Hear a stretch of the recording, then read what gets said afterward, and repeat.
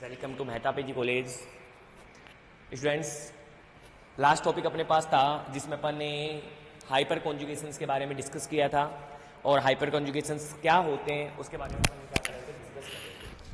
आज के लेक्चर में अपन डिस्कस करेंगे आपके पास एप्लीकेशंस ऑफ हाइपर कॉन्जुगेशन।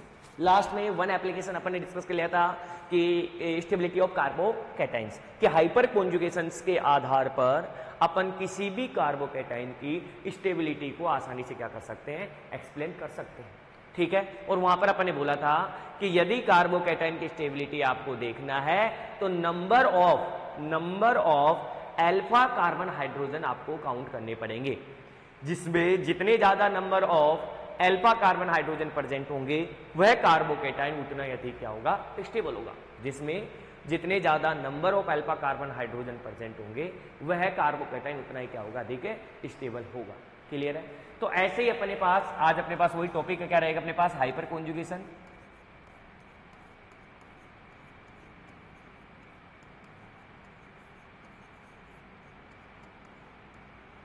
ठीक है, और हाइपर कॉन्जुगेशन में जो टॉपिक अपने पास चल रहा है वो आपके पास होगा, स्टेबिलिटी के बारे में बात कर रहा हूं मैं और एप्लीकेशंस के बारे में बात कर रहा हूं। और एप्लीकेशन कंसेप्ट में stability of carbon free radical.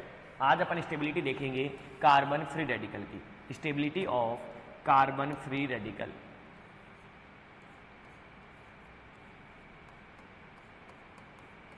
Stability of carbon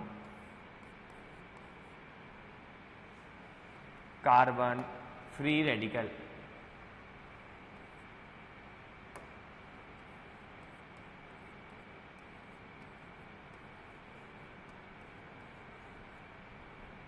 stability of carbon free radical, हाँ जी, similar to carbocations. Carbon free radical की मैं बात करूं तो अपन कहेंगे कि carbon free radical is directly proportional to carbon free radical is directly proportional to number of hyper conjugation, number of hyper conjugated resonating structure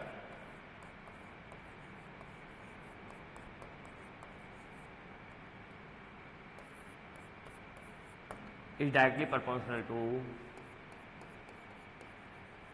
number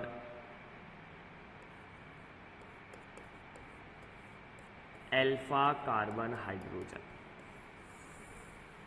एक इसके बारे में बात कर रहे हैं अपन, stability of carbon free radicals के बारे में। सिमिलर टू कार्बोकैटाइन, जैसी कार्बोकैटाइन की स्टेबिलिटी आपके पास प्रेजेंट है वैसी की वैसी आपके पास किसकी होती है, फ्री रेडिकल की स्टेबिलिटी अपन क्या करते हैं, आइडेंटिफाई करते हैं। ठीक है भाई, तो यदि अपने एग्जांपल्स की मैं बात करूं आपके सामने तो एक अपने पास है CH3 डॉट, सेकेंड एग्जाम्पल अपने पास है CH3 1 degree free radical, third example आपके पास है CH3 CH CH3 2 degree free radical, fourth example आपके पास है CH3 C CH3 CH3 3 degree free radical, 1 degree free radical, 2 degree free radical, और ये तो अपने पास कौन सा हो गया, 1 डिग्री फ्री रेडिकल। ये अपने पास क्या हो गया, 2 डिग्री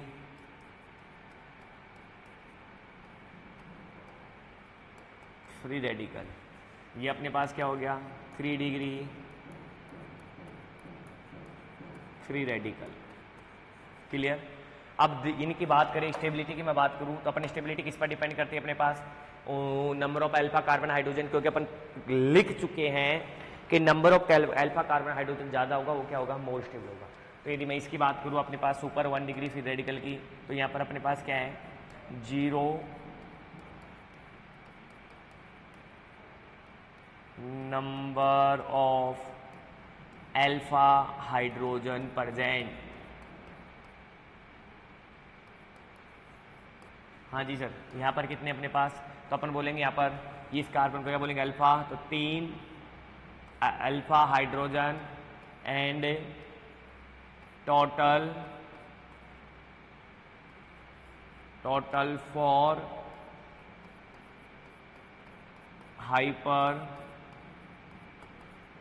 कॉन्जुगेशन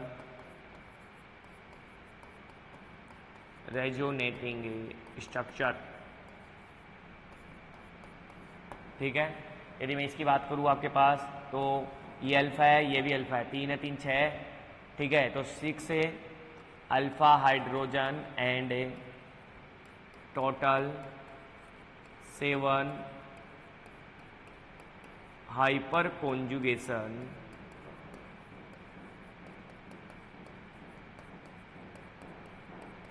रेजोनेटिंग स्ट्रक्चर। ठीक है भाई, इसमें कितनी हो रही है 7, इसमें कितनी हो रही है अपने पास 4। यदि अपन इसकी बात करें नेक्स्ट फिर रेडिकल की, तो इसमें क्या हो रहा है अपने पास अल्फा, ये भी अल्फा, ये भी alpha, 3 3 6 3 9 alpha hydrogen and total 10 hyper conjugation resonating structure. Total कितनी हो रही है इसकी अपने पास 10। ओके, तो अब ऑर्डर दें, तो अपन कहते हैं कि जिसके पास जितने ज़्यादा अल्फा हाइड्रोजन होंगे या जिसमें जितनी ज़्यादा रेजोनेटिंग स्ट्रक्चर बनेगी बस उतना ही ज़्यादा क्या होता है अपने पास स्टेबल होता है। ठीक है, तो इनमें सबसे ज़्यादा स्टेबल कौन होगा, तो अपन कहेंगे कि फोर्थ इज मोर स्टेबल, फिर थर्ड, फिर सेकंड और फिर क्या आ जाएगा फर्स्ट, कि फोर्थ सबसे ज़्यादा स्टेबल होगा due to number of hyper conjugated resonating structure, कि जिसकी जितनी ज्यादा hyper conjugated resonating structure present होगी वह उतना ही ज्यादा आपके पास क्या होगा स्टेबल होगा। ठीक है भाई, जिसकी जितनी ज्यादा number of hyper conjugated resonating structure होगी वह उतना ही ज्यादा अपने पास क्या होगा स्टेबल होगा। इसलिए अपन कहेंगे कि 3 degree free radical is more stable compare to 2 degree and compare to 1 degree, why number of hyper conjugated resonating structure increases. ठीक है भाई, ऐसे करके अपन ने दोनों की स्टेबिलिटी ले ली। पी ऑर्बिटल वाले जो अपन ने देखे थे कि शेयरिंग विद पी ऑर्बिटल, जिसमें अपन ने कार्बोकैटाइन और फ्री रेडिकल, कार्बोनाइन अपने पास यहाँ पर नेवर होता है, होता नहीं है। नेक्स्ट अपने पास होता है स्टेबिलिटी ऑफ एल्कीन। अब मैं बात करता हूँ एल्कीन की, हाइपर कॉन्जुगेशन के आधार पर क्या एल्कीन की अपन स्टेबिलिटी दे सकते हैं क्या, हाइपर कॉन्जुगेशन के अकॉर्डिंग क्या एल्कीन की स्टेबिलिटी दी जा सकती है क्या।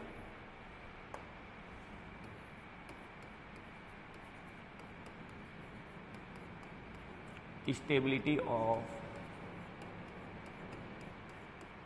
एल्कीन,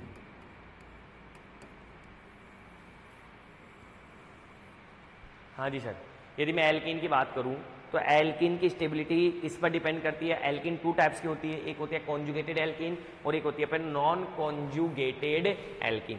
भाई एल्कीन की स्टेबिलिटी अपन को देखना है, और एल्कीन की स्टेबिलिटी किस पर देखा जा रहा है, number of hyper conjugated resonating structure के आधार पर, कि कॉन्जुगेटेड एल्कीन और नॉन कॉन्जुगेटेड एल्कीन में सबसे ज्यादा स्टेबल क्या होगी, तो अपन बोलेंगे कॉन्जुगेटेड एल्कीन होगी क्योंकि रेजोनेंस की तरफ पार्टिसिपेट हो रही है, तो कॉन्जुगेटेड एल्कीन मोर स्टेबल होगी compare to non conjugated alkene. तो एल्कीन अपने पास कितने टाइप्स की होती है, तो अपन बोल रहे हैं एल्कीन आर 2 टाइप्स, एक होती है कॉन्जुगेटेड एल्कीन और दूसरी होती है नॉन कॉन्जुगेटेड एल्कीन। ठीक है भाई, फर्स्ट क्या हो जाएगी कॉन्जुगेटेड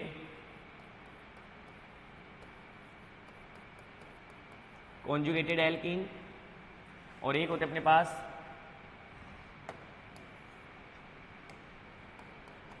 नॉन कॉन्जुगेटेड एल्कीन। ठीक है सर, एक अपने पास कॉन्जुगेटेड एल्कीन और दूसरी अपने पास क्या हो रही है नॉन कॉन्जुगेटेड एल्कीन हो रही है। सबसे पहले बात की जाए कॉन्जुगेटेड एल्कीन की, तो it is explain by resonance. Conjugated alkene को किसके द्वारा एक्सप्लेन किया जाता है, it is explain by resonance, it is explain by resonance. किसके आधार पर एक्सप्लेन कर रहे हैं इसे? रेजोनेंस के आधार पर एक्सप्लेन किया जा रहा है। जबकि नॉन कॉन्जुगेटेड एल्कीन को किससे एक्सप्लेन कर रहे हैं? Stability explain by hyper conjugation. Non conjugated alkene को किससे एक्सप्लेन कर रहे हैं? It is explain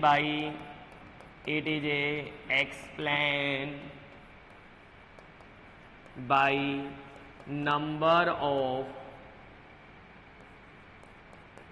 of hyper conjugation structure. Hyper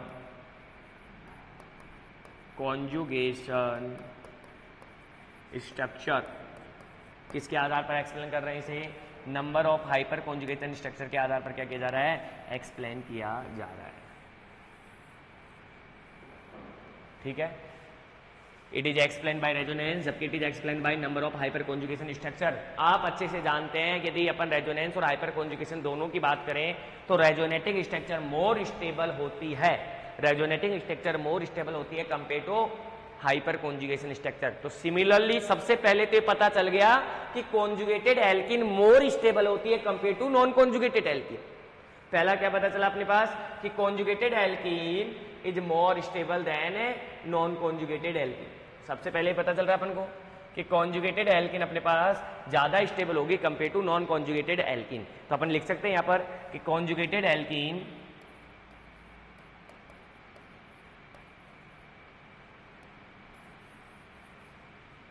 side ले लेता हूं दूसरी।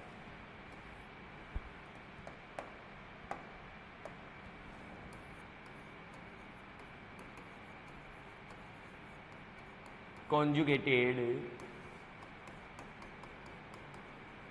alkene is greater than non-conjugated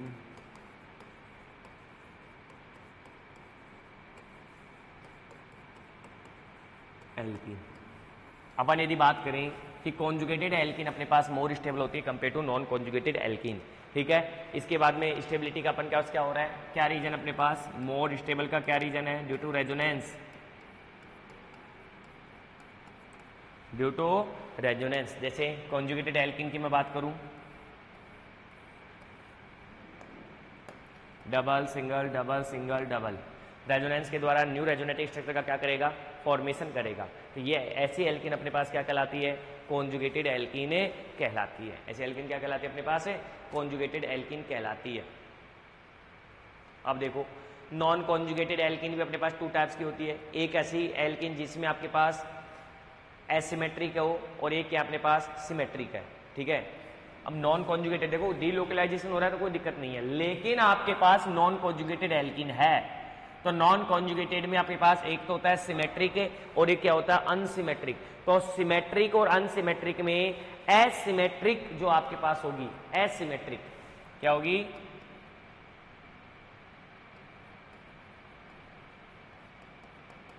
asymmetry alkene आपके पास मोर स्टेबल होगी compare to symmetric alkene. Asymmetric alkene more stable होगी आपके पास compare to symmetric alkene.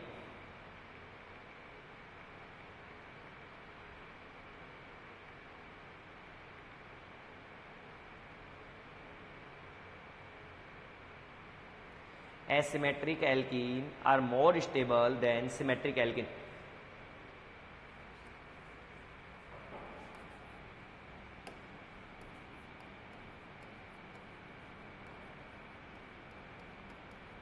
Asymmetric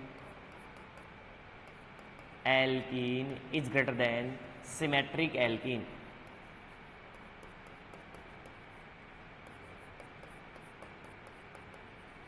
ठीक है कि यदि दो एल्कीन है, नॉन कॉन्जुगेटेड एल्कीन प्रेजेंट है, कौन सी कॉन्जुगेटेड एल्कीन प्रेजेंट है?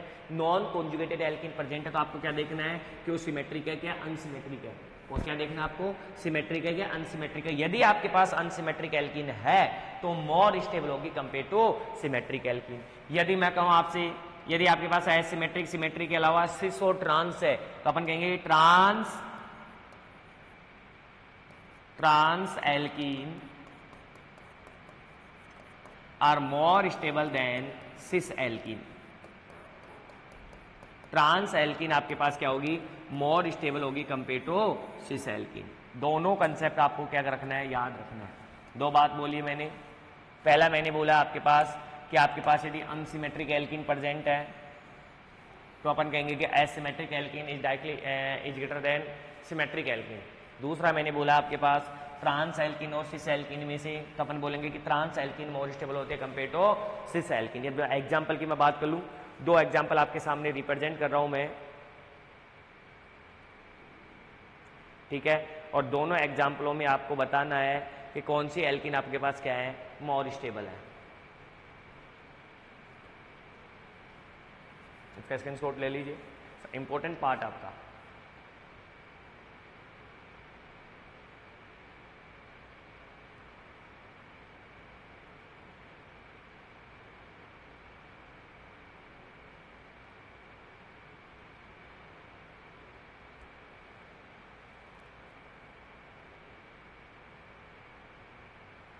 चले आगे। तो एग्जांपल्स की मैं बात करूं आपके सामने कि एक एल्किन आपके पास है सी डबल बॉन्ड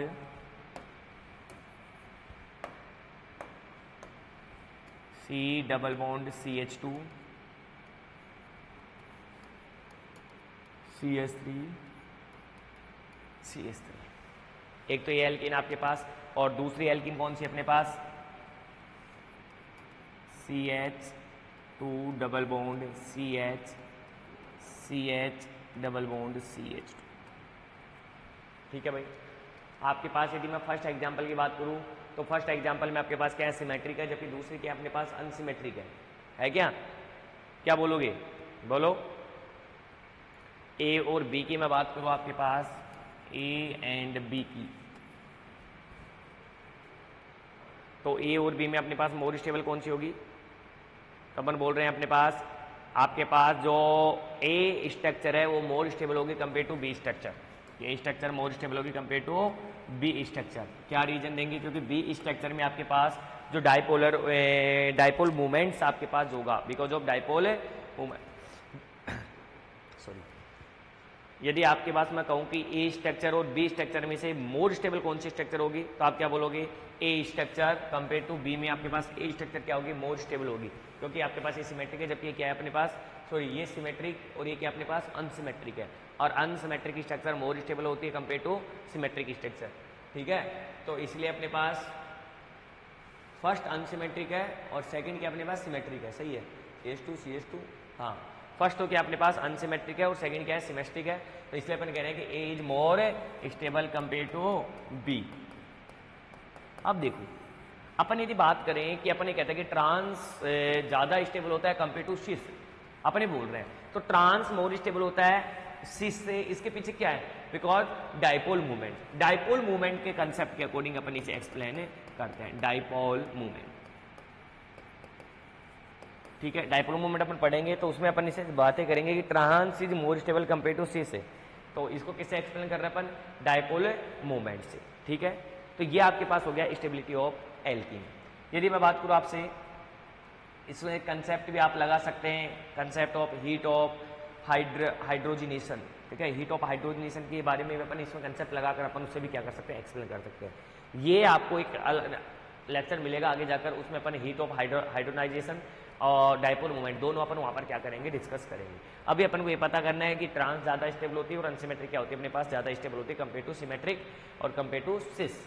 ठीक है, अब उसके बाद में अपन नेक्स्ट कंसेप्ट की बात करें तो अपन कहते हैं कि सिमेट्रिक एल्कीन। यदि सिमेट्रिक एल्कीन की मैं बात करूं तो सिमेट्रिक एल्कीन में अपने पास क्या क्या हो सकती है?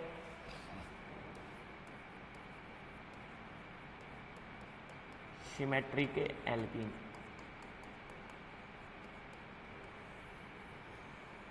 सही है। सिमेट्रिक एल्कीन की अपन बात करें तो अब सबसे पहले ले रहे हैं एसाइक्लिक, एलिसाइक्लिक। क्या ले रहे हैं अपन? एसाइक्लिक।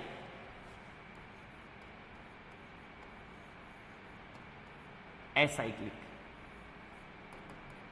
ठीक है। एसाइक्लिक की मैं बात करूंगा तो अपन क्या बोलेंगे? Trans is greater than cis. Reason क्या देंगे?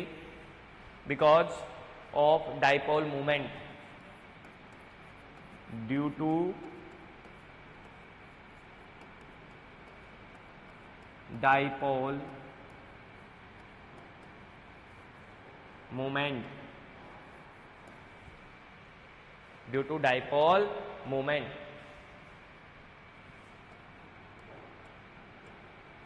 Because dipole moment. ठीक है, एसाइक्लिक में क्या हो रहा है, ट्रांस इज ग्रेटर देन क्या हो रही है, सिस हो रही है, रीजन क्या दोगे, डाइपोल मोमेंट। जैसे अपन यहाँ पर अपने पास एग्जांपल, अपने पास कार्बन कार्बन, एक है CH3, एक यहाँ CH3, यहाँ H, और यहाँ पर भी क्या ले रहे हैं अपन H। एक अपन फर्स्ट एग्जांपल और सेकंड एग्जांपल में अपन डिस्कस कर रहे हैं कि ये आपके पास CH3, ये आपके पास CH3, ये आपके पास H और ये आपके पास H। दो एग्जांपल आपके पास है, तो दोनों में यदि मैं कहूँ आपसे तो आपको बोलोगे first is a greater than second, first is greater than second.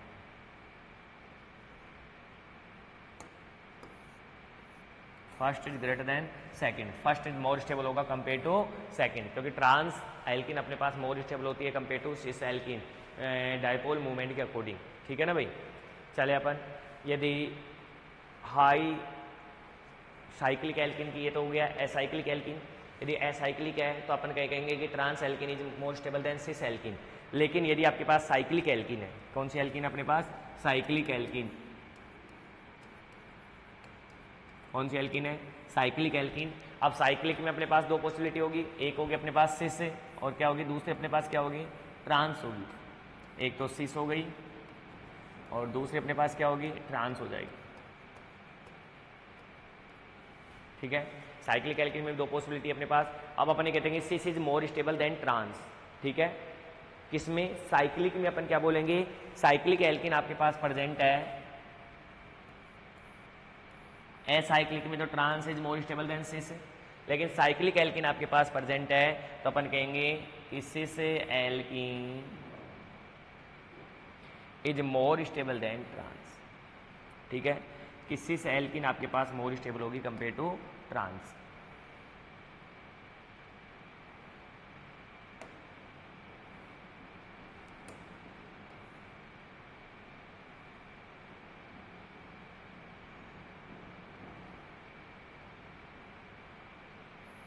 ठीक है, cis alkane is more stable than trans.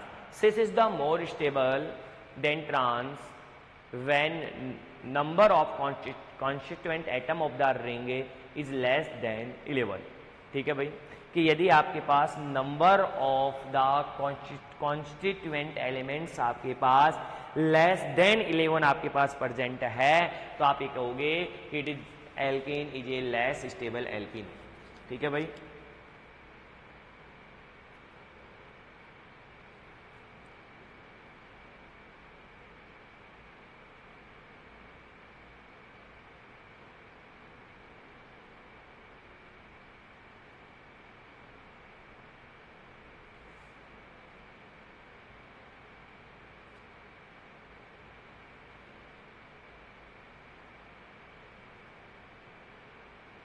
ठीक है, तो अब साइक्लिक के लिए कंसेप्ट याद रख लो आप। यदि कभी भी साइक्लिक एल्किन आपके पास प्रेजेंट है, याद रखना भाई, वेरी वेरी इंपॉर्टेंट है, यदि साइक्लिक एल्किन प्रेजेंट है और number of 11 elements, more than 11 atoms आपके पास प्रेजेंट है, मैं डायरेक्ट ऐसे बोल दूं कि in the presence of cyclic alkene but more than 11 atoms constituent atom are present, trans alkene is more stable than cis alkene.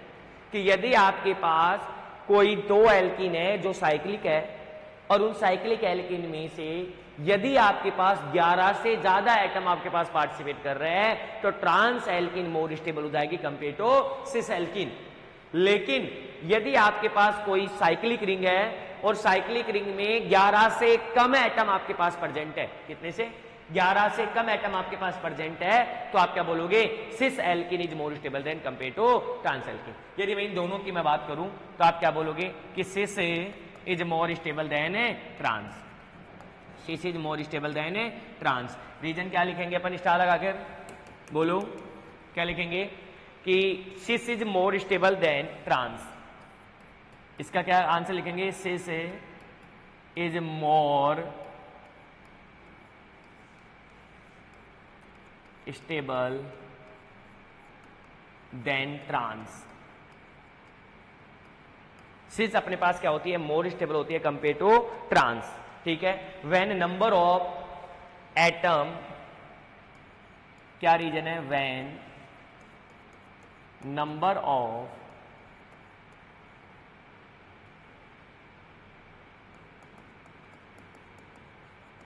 constituted atom,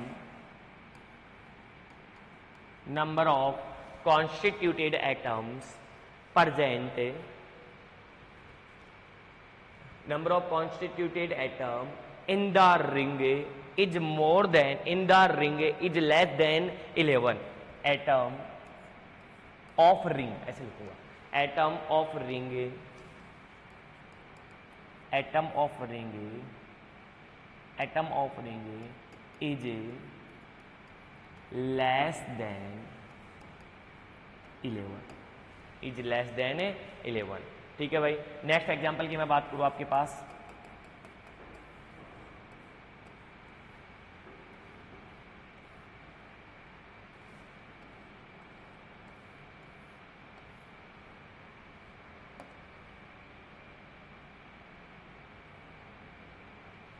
यदि first example अपने सामने रिप्रेजेंट किया मैंने, ठीक है, और सेकंड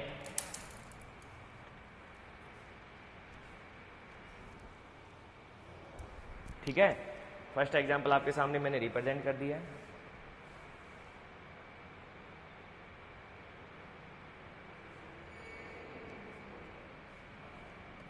ये लो साहब. सेकंड एग्जांपल की मैं बात करूं, सेकंड एग्जांपल में आपके सामने रिप्रेजेंट कर रहा हूं.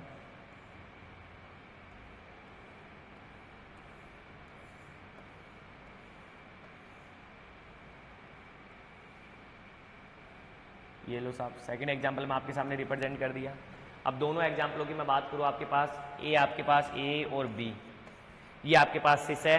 10 मेंबर आपके पास क्या है? ट्रांस पोजीशन में, जबकि ये क्या आपके पास? सिस पोजीशन में. ये तो अपने पास है सिस पोजीशन में, और ये आपके पास क्या है? ट्रांस पोजीशन में. ठीक है, लेकिन रिंग में एटम कितने? 1 2 3 4 5 6 7 8 9 और 10 मेंबर है. ठीक है, कितने मेंबर रिंग है अपने पास? 10 मेंबर, 10 मेंबर्ड रिंग. कितने मेंबर रिंग है अपने पास? 10 मेंबर रिंग है. और 10 मेंबर रिंग के अकॉर्डिंग अपन बोलेंगे कि आपके पास दोनों में से कौन ज्यादा होगी? तो अपन बोलेंगे बी इज ग्रेटर देन ए. सबसे ज्यादा कौन होगी अपने पास? बी ज्यादा, मोर स्टेबल होगी कंपेयर टू ए. क्या रीजन दोगे आप? कि आपके पास लेस देन, अपने पास क्या, कितने इलेक्ट्रॉन प्रेजेंट अपने पास है? लेस देन 11 एटम्स आपके पास क्या प्रेजेंट है. इसकी वजह से अपने पास ये क्या हो जाती है? More stable. तो लेस देन 11, इसका क्या कंसेप्ट है वो अपन बात कर रहे हैं अभी. ठीक है, उसके बाद में अपन नेक्स्ट चले. यदि आपके पास कुछ ट्रांस की यदि मैं बात करूं आपके पास कि इसमें अपने पास क्या हो रही है, तो trans is more stable than cis. यदि आपके पास ट्रांस एल्किन मोर स्टेबल होगी सिस से, तो कब पॉसिबल है? जब आपके पास मोर देन अपने पास 12 कार्बन अपने पास क्या होंगे? एटम्स आपके पास क्या होंगे? प्रेजेंट होंगे. ठीक है, तो एक एग्जांपल ऐसा ले लेते अपन कि trans is more stable than cis alkene. Trans is more stable trans is more stable than cis alkene. Trans is more stable than cis alkene when number of constituted atoms is present more than 12. When number of atom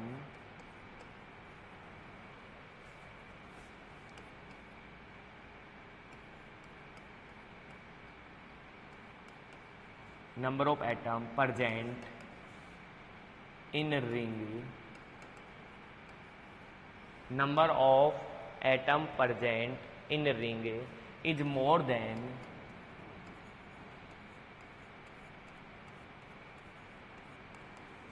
more than 11. Number of atoms, constituent atom present in a ring is more than 11. तो यदि example की मैं बात करूँ आपके सामने,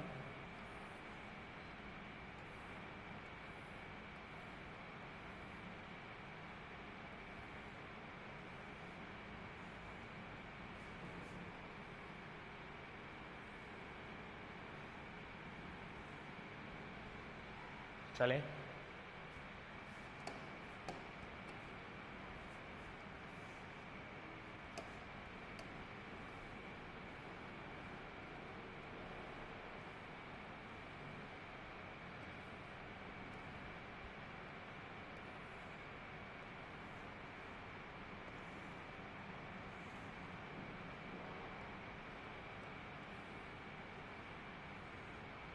ठीक है, ए को सिस बना लिया, ए को क्या बना लेते हैं अपन, ट्रांस बना लेते हैं।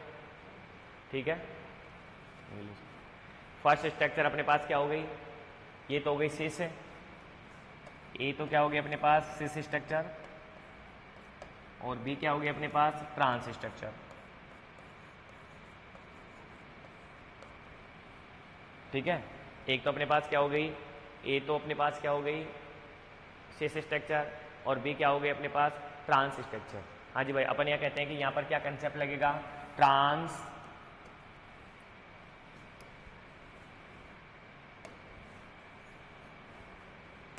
यहां पर क्या कंसेप्ट लगा रहे अपन, trans is greater than cis. Reason क्या दे रहे अपन, देखो कार एटम जोड़ो 1 2 3 4 5 6 7 8 9 10 11 12 due to reason more than 11 atom is a present. कितने एटम प्रेजेंट हो रहे हैं अपने पास, मोर देन 11 एटम आपके पास प्रेजेंट हो रहे हैं। इसकी वजह से आपके पास क्या आएगा, सिस आपके पास ट्रांस आपके पास मतलब बी इज ग्रेटर देन क्या आएगा अपने पास ई, मतलब trans is more stable than a cis. आपके पास क्या आएगा कि ट्रांस आपके पास क्या होगा, मोर स्टेबल होगा कंपेयर टू सिस, मतलब बी इज ग्रेटर देन अपने पास क्या होगा सिस। मतलब वह एल्कीन साइक्लिक एल्कीन है, और साइक्लिक एल्कीन में आपके पास अपन ये कह चुके हैं कि साइक्लिक एल्कीन में सिंपल वे में अपन बोलते हैं cis alkene is more stable than trans alkene. But आपके पास मोर देन 11 प्रेजेंट होते हैं तो अपन फिर कह देते हैं कि trans alkene is more stable than a cis alkene. इसके पीछे रीजन क्या है, तो अपन ये कहते हैं कि वही अपने पास क्या आता है, डाइपोल मूवमेंट का अपने पास कंसेप्ट यहाँ पर क्या होता है, अप्लाई होता है कि जिसका डाइपोल मूवमेंट अपने पास मैक्सिमम होता है उसकी स्टेबिलिटी अपने पास क्या होती है, मैक्सिमम होती है। ठीक है, तो वो कंसेप्ट अपन अप्लाई करेंगे, एक लेक्चर आएगा तो उसमें मैं उसे अच्छे से वहाँ से डिस्कस करूँगा। यहाँ पर खास रोल उसका है नहीं, तो मैं कह सकता हूँ कि जितनी ज़्यादा आपके पास सब्स्टिट्यूटेड एल्कीन प्रेजेंट होंगी, जितनी ज़्यादा सब्स्टिट्यूटेड एल्कीन प्रेजेंट होगी वो उतना ही ज़्यादा क्या होता है, मोर स्टेबल होता है। तो एक एल्कीन का मैं ऑर्डर लिखूँ कि more than substituted alkene,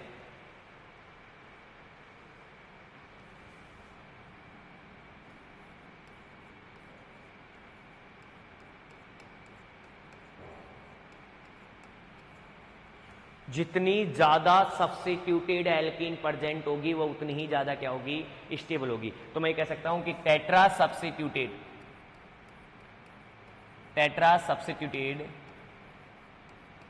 alkene is greater then try substituted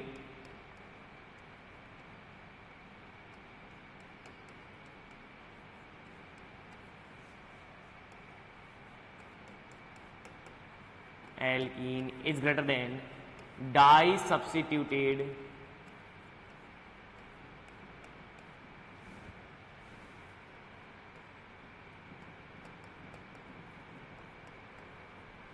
it's greater than monosubstituted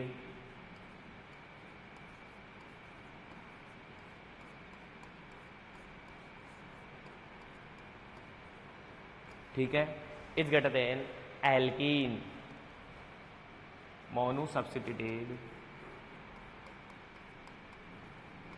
alkene is greater than CH2 double bond CH2 alkene.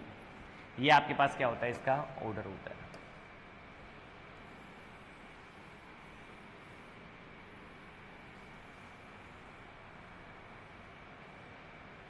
ठीक है, कि tetrasubstituted alkene is more stable than disubstituted alkene, फिर trisubstituted, disubstituted, monosubstituted और ethene आपके पास, ये आपके पास अपने पास क्या होता है, सब्स्टिट्यूटेड एल्कीन का क्या होता है, ऑर्डर होता है। इस ऑर्डर के अकॉर्डिंग अपन किसी भी सब्स्टिट्यूटेड एल्कीन का क्या दे सकते हैं अपन, इंक्रीजिंग या स्टेबिलिटी का इंक्रीजिंग या डिक्रीजिंग ऑर्डर अपन आसानी से यहाँ से क्या कर सकते हैं, डिस्कस किया जा सकता है। जैसे मैं एग्जाम्पल की मैं बात करूँ आपके सामने कि एक एग्जाम्पल आपके सामने है, रिप्रेजेंट कर रहा हूं मैं, CH3CH डबल बॉन्ड CH2। दूसरा एग्जाम्पल आपके सामने है CH3CH3 डबल बॉन्ड CH2। तीसरा एग्जाम्पल आपके सामने है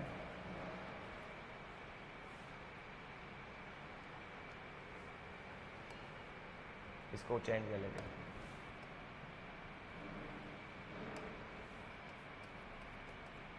CH3, ठीक है।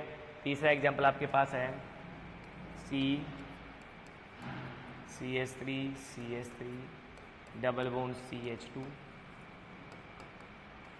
चौथा एग्जाम्पल आपके सामने है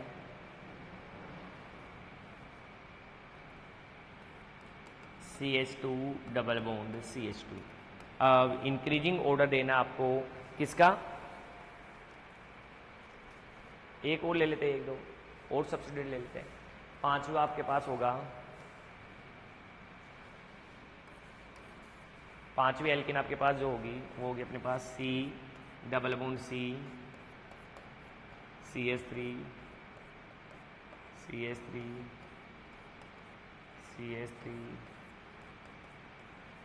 छठा आपके पास जो एग्जाम्पल होगा वो क्या होगा अपने पास, बोलो, CH डबल बॉन्ड CH। अब आपको एक्सप्लेन करना है, इनका इंक्रीजिंग ऑर्डर बताना मेरे को स्टेबिलिटी का, सबसे ज़्यादा स्टेबल कौन होगा। तो मैं कहता हूँ जितनी ज़्यादा सब्स्टिट्यूटेड एल्कीन है उतना ही ज़्यादा क्या होगा अपने पास, वो स्टेबल होगा, सही है ना। तो यदि अपन एग्जाम्पल की बात करें तो इसमें सबसे ज़्यादा स्टेबिलिटी आपको देखनी है, जिसकी सबसे ज़्यादा स्टेबिलिटी होगी उतना ही ज़्यादा क्या होगा, स्टेबल होगा, ये मैंने कह चुका हूँ। तो सबसे पहले स्टूडेंट्स मैं यदि इसकी बात करूँ तो यहाँ पर स्टेबिलिटी सब्स्टिट्यूटेड कार्बन, इस एल्किन की बात करें तो 1 2 3 4 4 सब्स्टिट्यूटेड कंपाउंड है। तो 4 सब्स्टिट्यूटेड टेट्रा सब्स्टिट्यूटेड एल्किन है, तो अपन सबसे पहले बोला अपने पास 5 अपने पास क्या होगा, स्टेबल होगा। उसके बाद में यदि मैं बात करूँ तो 1 2 ये यहाँ पर, जबकि यहाँ पर देखो 1 2 और 3 तीन सब्स्टिट्यूटेड है, जबकि यहाँ पर कितने थे अपने पास, 4 सब्स्टिट्यूटेड, 1 2 3 और 4। तो यहाँ पर 3 सब्स्टिट्यूटेड है, तो फिर क्या आ जाएगा अपने पास, दूसरे नंबर पे क्या आ जाएगा अपने पास, सेकंड। उसके बाद में चलो यदि मैं यहाँ पर बात करूँ तो यहाँ पर अपने पास 2 सब्स्टिट्यूटेड है, 1 2, और यहाँ पर भी अपने पास 2 सब्स्टिट्यूटेड है, 1 और 2। लेकिन देखो 1 2 3 4, 1 2 3 4 दोनों में सब्स्टिट्यूटेड एल्किन है, सेम सब्स्टिट्यूटेड एल्किन है, और अपन ये कह सकते हैं कि आपके पास अनसिमेट्रिक ज्यादा स्टेबल होती है कंपेयर टू सिमेट्रिक। तो इसलिए पहले कौन आ जाएगा, थर्ड, राइट, बोलो। यहाँ पर भी आपके पास 2 है, 1 और 2, यहाँ पर भी सब्स्टिट्यूटेड 1 और 2, लेकिन अपन ये कह चुके हैं कि आपके पास अनसिमेट्रिक एल्किन ज्यादा स्टेबल होती है कंपेयर टू सिमेट्रिक, ठीक है भाई। तो इसके बाद में थर्ड के बाद में क्या आ जाएगा अपने पास, थर्ड के बाद में 6 है, थर्ड के बाद में क्या आ जाएगा अपने पास, 6 है, 6 है, सही है ना भाई। थर्ड के बाद में क्या आ जाएगा, 6 है। 6 के बाद में अब देखो अपने पास क्या बचा, फर्स्ट और 4 में से तो एक सब्स्टिट्यूटेड ये रहा, जबकि फोर्थ में कोई सब्स्टिट्यूटेड नहीं है, ओनली सिंपल कि अपने पास एल्किन प्रेजेंट है। तो अपने पास क्या हो जाएगा, फिर फर्स्ट है, और फिर क्या आ जाएगा अपने पास, 6 है, सॉरी फोर्थ। तो ये आपके पास क्या होगा, ऑर्डर होगा, मतलब 5 के बाद में सेकंड के बाद में थर्ड के बाद में 6 के बाद में फर्स्ट, और फर्स्ट के बाद में फोर्थ। थर्ड और 6 में दोनों में सेम सब्स्टिट्यूटेड ग्रुप लगे हुए हैं, दोनों में सेम सब्स्टिट्यूटेड ग्रुप लगे हुए हैं। फिर आपको स्टेबिलिटी देना हो तो सिमेट्रिक अनसिमेट्रिक, जो कि आपने बता रखा है। तो अनसिमेट्रिक अपने पास, थर्ड अपने पास अनसिमेट्रिक है, और वो क्या सिमेट्रिक, अनसिमेट्रिक ज्यादा स्टेबल होता है एलिसाइक्लिक में। एसाइक्लिक में मैंने पहले बोला कि एनसिमेट्रिक ज्यादा स्टेबल होता है कंपेयर टू सिमेट्रिक, तो इसकी वजह से unsymmetric is more stable compare to symmetric. ऐसे करके आपके पास किसी भी सब्स्टिट्यूटेड एल्किन का क्या कर सकते हो आप, ऑर्डर दिया जा सकता है, ठीक है। तो नेक्स्ट एग्जांपल की बात करूं, क्वेश्चन मैं दे रहा हूं डिक्रीजिंग ऑर्डर ऑफ स्टेबिलिटी, आपको डिक्रीजिंग ऑर्डर देना है स्टेबिलिटी का। क्वेश्चन आपका नेक्स्ट है, डिक्रीजिंग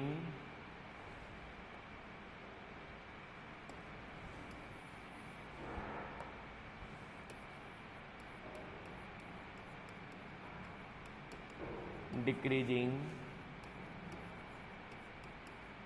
ऑर्डर ऑफ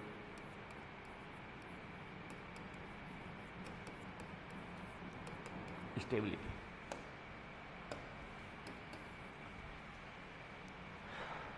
कुछ एग्जांपल्स मैं लिख रहा हूं, इनका आपको क्या देना है, डिक्रीजिंग ऑर्डर देना है। जैसे फर्स्ट एल्कीन आपके सामने है,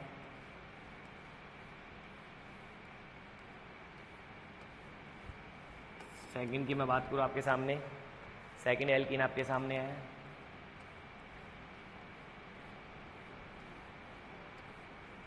ठीक है। सेकंड एल्कीन के बाद में थर्ड एल्कीन आपके सामने है,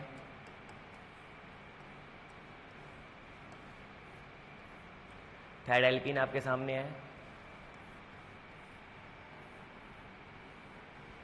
उसके बाद में फोर्थ एल्कीन आपके सामने है,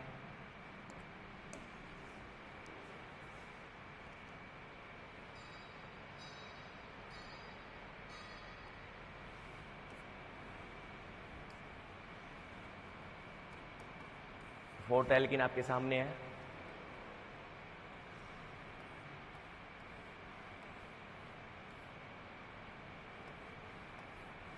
फिर आपके पास फिफ्थ एल्कीन आपके सामने है,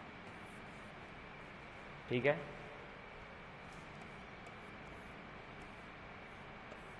अब मेरे को इसका क्या देना है, डिक्रीजिंग ऑर्डर ऑफ स्टेबिलिटी। ये चारों एल्कीन आपके पास प्रेजेंट है, तो आप बताइए इसको किसके अकॉर्डिंग या किस हिसाब से आप इसका डिक्रीजिंग ऑर्डर दोगे, कैसे इसे आप एक्सप्लेन करोगे।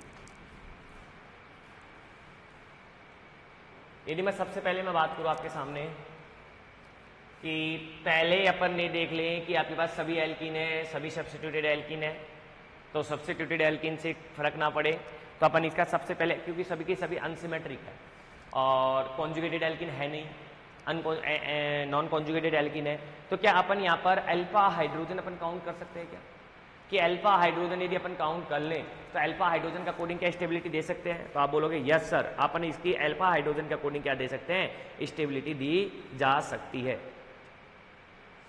ठीक है। कि अल्फा हाइड्रोजन आप देखिए और अल्फा हाइड्रोजन के अकॉर्डिंग आप आसानी से इसकी स्टेबिलिटी दे सकते हैं। सबसे पहले मैं इस एल्कीन की बात करता हूं, ये कार्बन, ये कार्बन, इसके जस्ट पास ये CH3 लगा हुआ है क्या, सही है, ये भी CH3 लगा हुआ क्या, सही है, ये आपके पास CH2 है क्या, सही है, ये भी आपके पास CH2 है क्या, सही है। तो नंबर ऑफ अल्फा कार्बन कितने हैं, तो नंबर ऑफ अल्फा कार्बन आपके पास क्या है, अल्फा,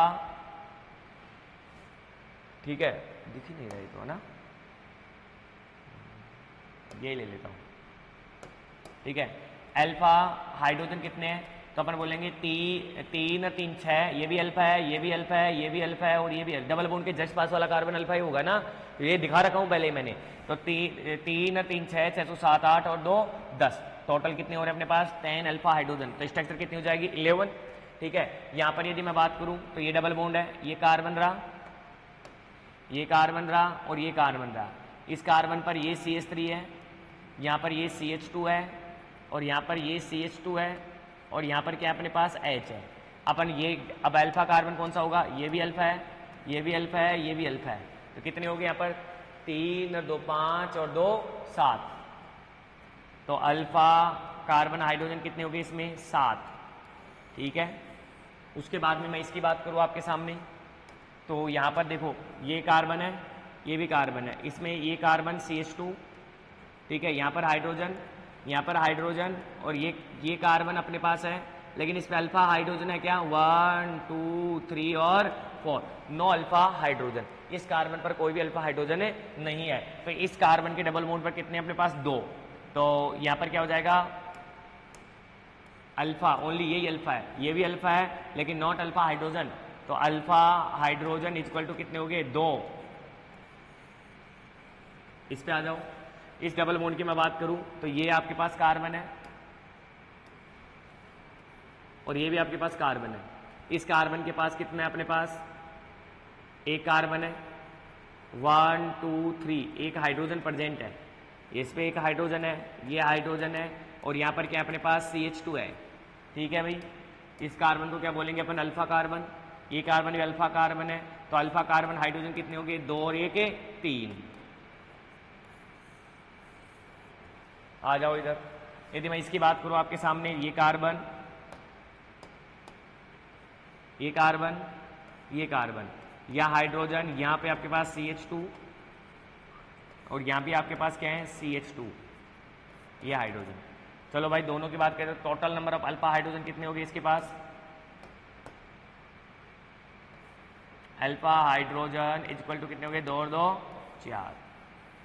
चलो भाई अब अपन बात करें कि स्टेबिलिटी का ऑर्डर, तो जिसमें जितने ज़्यादा अल्फा हाइड्रोजन प्रेजेंट होंगे वो उतना ही ज़्यादा क्या होगा? स्टेबल होगा। भाई सब्स्टिट्यूटेड लगा नहीं सकते, अनसिमेट्रिक सिमेट्रिक लगा नहीं सकते, तो अनसिमेट्रिक सिमेट्रिक में क्या लगाएंगे कि एल्कीन के जस्ट पास वाला कार्बन क्या कहलाता है? अल्फा कार्बन कहलाता है। तो उसके अकॉर्डिंग अपन उसकी स्टेबिलिटी देखेंगे। और अपन ने सबने देख लिया कि सबसे ज्यादा अल्फा कार्बन हाइड्रोजन कौन सी स्ट्रक्चर में है? फर्स्ट स्ट्रक्चर में कितने हैं? 10 अल्फा हाइड्रोजन है। तो क्या स्टेबिलिटी के ऑर्डर में मैं सबसे पहले क्या लिखूंगा कि सबसे पहले अपने पास वो मोर स्टेबल होगा, वो कौन होगा अपने पास कि फर्स्ट क्या होगा? मोर स्टेबल होगा। उसके बाद में डिक्रीजिंग ऑर्डर लिखवाया, फर्स्ट के बाद में सेकंड मोर स्टेबल होगा, सही है, वेरी गुड। उसके बाद में 5 आएगा, बहुत अच्छा। उसके बाद में 4th आएगा, ओके। उसके बाद में आपके पास 4th के बाद में क्या आएगा अपने पास? 3rd आएगा। 4th के बाद में क्या आएगा अपने पास? 3rd, क्योंकि 2 ही अल्फा हाइड्रोजन उसी में क्या है? प्रेजेंट है। ये आपके पास क्या हो गया इसका? Decreasing order of stability. कि यदि किसी भी यौगिक की डिक्रीजिंग और इंक्रीजिंग ऑर्डर आपको देना है तो आप आसानी से उसमें उस एल्कीन के अल्फा कार्बन हाइड्रोजन काउंट करिए, और अल्फा कार्बन हाइड्रोजन काउंट करने के बाद में आप जिसमें जितने ज्यादा अल्फा कार्बन हाइड्रोजन होंगे तो उतनी ज्यादा क्या होती है? सब एल्कीन क्या होती है? मोर स्टेबल होती है। इस आधार पर अपन किसी भी क्वेश्चंस का क्या दे सकते हैं? आंसर दिया जा सकता है। जैसे इसी क्रम में अपन यदि क्वेश्चंस लेके आऊं मैं आपके सामने कि नेक्स्ट क्वेश्चन की मैं आपके सामने बात करूं कि एक क्वेश्चन और ले लेते हैं अपन इसका कि एक एल्कीन आपके पास क्या है?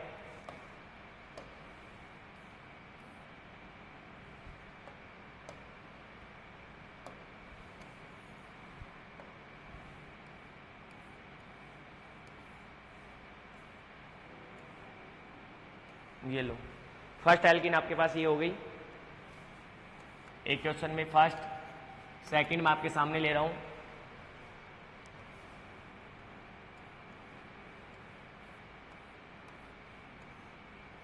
सेकंड, और थर्ड मैं आपके सामने ले रहा हूं।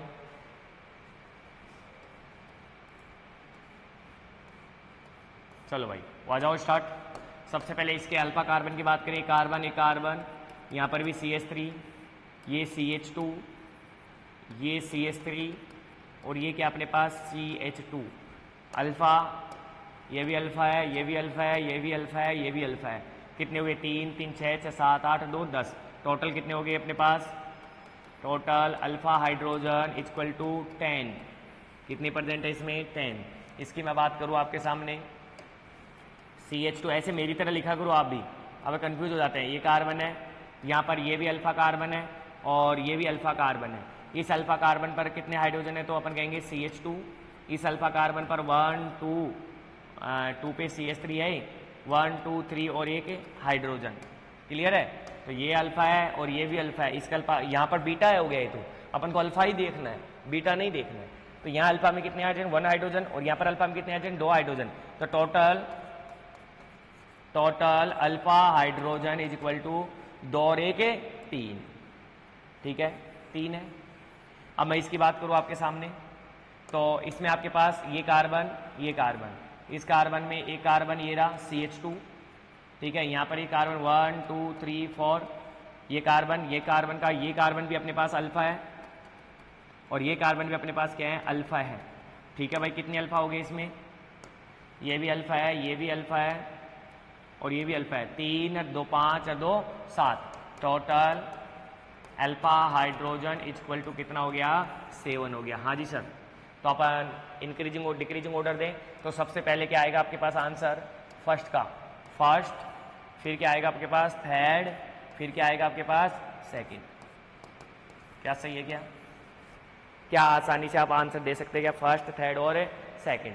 यदि कोई भी साइक्लिक रिंग हो, असाइक्लिक रिंग हो, घबराना नहीं है आपको। अल्फा कार्बन हाइड्रोजन देखने और अल्फा कार्बन हाइड्रोजन के आधार पर आप आसानी से उसका क्या दे सकते हैं? आंसर दे सकते हैं। जैसे ऐसा क्वेश्चन आया आपके सामने, कभी कभी कंफ्यूज हो जाते हैं अपन लोग, क्या ये ऐसा क्वेश्चन कैसे बना दिया, क्या समझ में नहीं आ रहा है क्या बना रहा है। ठीक है,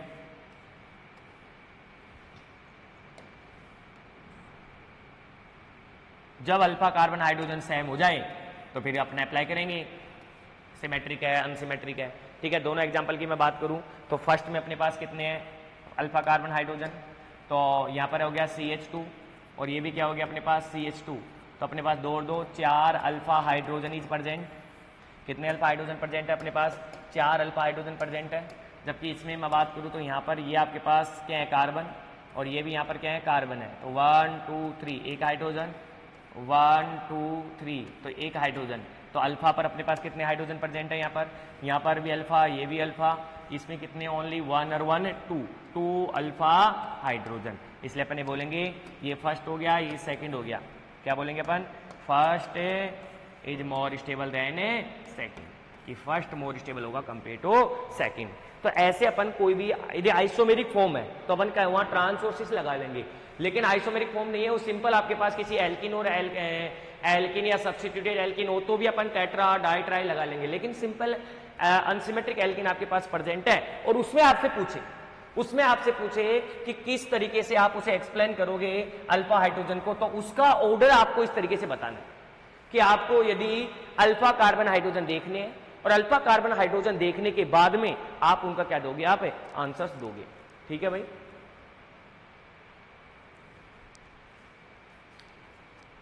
कर लोगे ऐसे क्वेश्चंस कि यदि आपसे कोई पूछा जाए कि निम्नलिखित in which of the following reactions, यदि आपके पास कुछ रिएक्शंस दे रखी है, कुछ डिफरेंट टाइप्स के कंपाउंड्स दे रखे हैं, डिफरेंट टाइप्स के कंपाउंड दे रखे हैं और उसमें आपसे पूछा जाए कि इसमें मोर स्टेबल कौन सा होगा, तो आप फिर उसे आसानी से इस रूल के थ्रू आप उसे आसानी से एक्सप्लेन किया जा सकता है। ठीक है, तो इसके बाद में अपन बात करेंगे कि हीट ऑफ हाइड्रोजिनेशन, क्योंकि अपना एक कंसेप्ट आया था हीट ऑफ हाइड्रोजिनेशन, क्योंकि हीट ऑफ हाइड्रोजिनेशन भी आपके पास क्या करता है, इफेक्ट करता है। रेजोनेंस पढ़ा था, रेजोनेंस की एप्लीकेशन नहीं पढ़ के आए अपन, ओनली रेजोनेंस को देखा था। तो अभी नेक्स्ट लेक्चर में अपन डिस्कस करेंगे कि हीट ऑफ हाइड्रोजिनेशन क्या होता है और रेजोनेंस के क्या क्या एप्लीकेशन है। बस उसके बाद में अपने पास ये टॉपिक खत्म हो जाएगा और अपन सीधे चलेंगे एरोमेटिसिटी, जो कि आपके पास पूरे 10 नंबर का राजस्थान यूनिवर्सिटी में एक सबसे अच्छा क्वेश्चन आपके पास से बैठता है। अभी तक का जो क्वेश्चन अपन कर रहे हैं ये ओनली आपके पास उस 10 नंबर की बात की जा रही है जो थ्योरेटिकल अप्रोच में लिखना है,